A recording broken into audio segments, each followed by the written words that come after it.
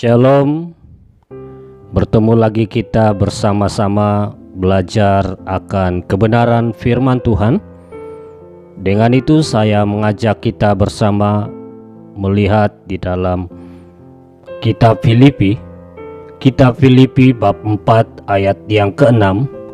Firman Tuhan seperti ini: janganlah hendaknya kamu khawatir tentang apapun juga, tetapi nyatakanlah dalam segala hal keinginanmu kepada Allah dalam doa dan permohonan dengan ucapan syukur. Jadi jemaat Tuhan yang saya kasih dalam Tuhan Yesus Kristus, mulai firman ini saya mengajak kita bersama belajar di bawah tema tentang khawatir. Apa itu khawatir? Khawatir itu adalah perasaan takut, gelisah, cemas terhadap sesuatu hal yang belum pasti terjadi. Jadi saudara, jika kita mengalami hal-hal ini di dalam hidup kita, itu membuktikan bahwa kita ada tanda-tanda kekhawatiran. Jadi saudara yang saya kasih dalam Tuhan Yesus Kristus, apakah saat ini di dalam kita menghadapi cabaran COVID-19 kita merasa khawatir? Saya katakan bohonglah jika saya tidak khawatir dalam keadaan ini. Saya juga khawatir, tetapi saya tidak menyimpan kekhawatiran itu dan saya coba untuk menyelesaikannya. Saudara jemaat Tuhan, apakah engkau saat ini khawatir tentang keadaan dan situasi ini?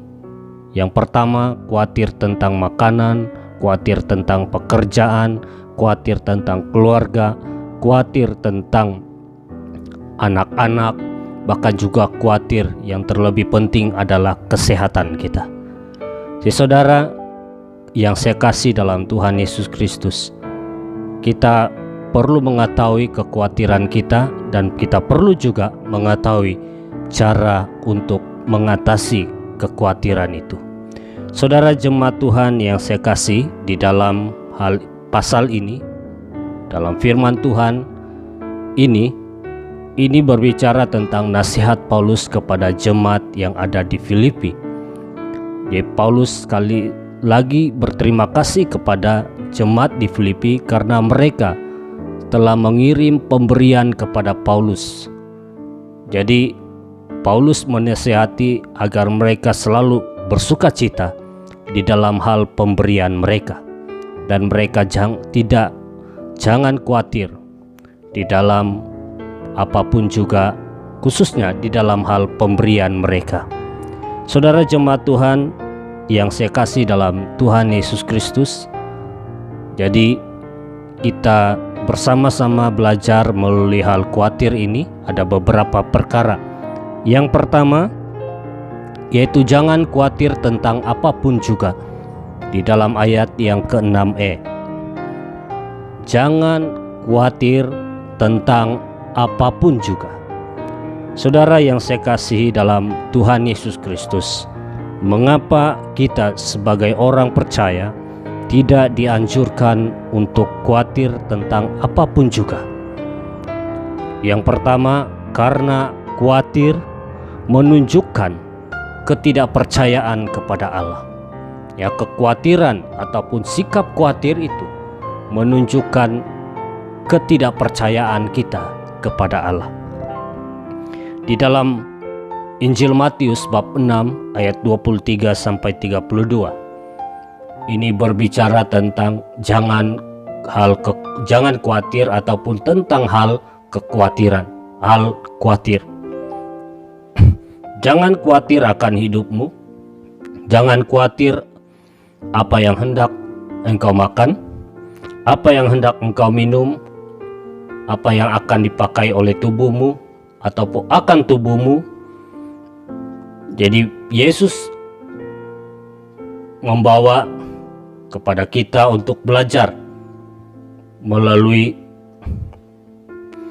burung-burung di langit dan juga bunga bakung di ladang. Ya, saudara yang saya kasih, ketika kita merasa khawatir dan menyimpan kekhawatiran itu, Yesus katakan bahwa semua itulah yang dicari oleh bangsa-bangsa yang tidak kenal Tuhan. Jadi jemaat Tuhan yang saya kasih dalam Tuhan Yesus Kristus, bangsa-bangsa yang tidak mengenal Tuhan itu menunjukkan mereka tidak percaya kepada Allah yang benar. Yang kedua, karena supaya kita percaya kepada Allah. Ya. Jadi di dalam Matius bab 6 ayat 33 sampai 34 mengatakan bahwa tetapi carilah dahulu kerajaan Allah dan kebenarannya, maka semuanya itu akan ditambahkan kepadamu. Sebab itu jangan kamu khawatir akan hari esok, karena hari besok mempunyai kesusahannya sendiri. Kesusahan sehari cukuplah untuk sehari. Saudara jemaat Tuhan yang saya kasih, ini berarti kita mengandalkan Tuhan, mempercayakan Tuhan, mempercayakan kepada pertolongan Tuhan, berharap kepada pertolongan Tuhan. Saudara, di dalam Mazmur nomor 23 ayat 4 katakan, sekalipun aku berjalan dalam lembah kekelaman, aku tidak takut bahaya, sebab Engkau besertaku, gadamu dan tongkatmu itulah yang menghibur aku. Saudara, ketika kita mengalami badai ini, ketika kita mengalami situasi ini, ketika kita mengalami cabaran ini, itu berarti kita mempercayakan Tuhan di tengah-tengah apa yang kita lalui.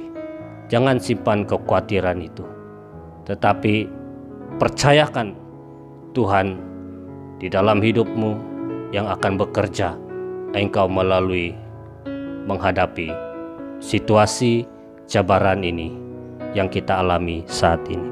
Yang kedua, yaitu di dalam ayat yang ke-6b, yaitu jangan simpan khawatir, tetapi nyatakan kekhawatiran itu.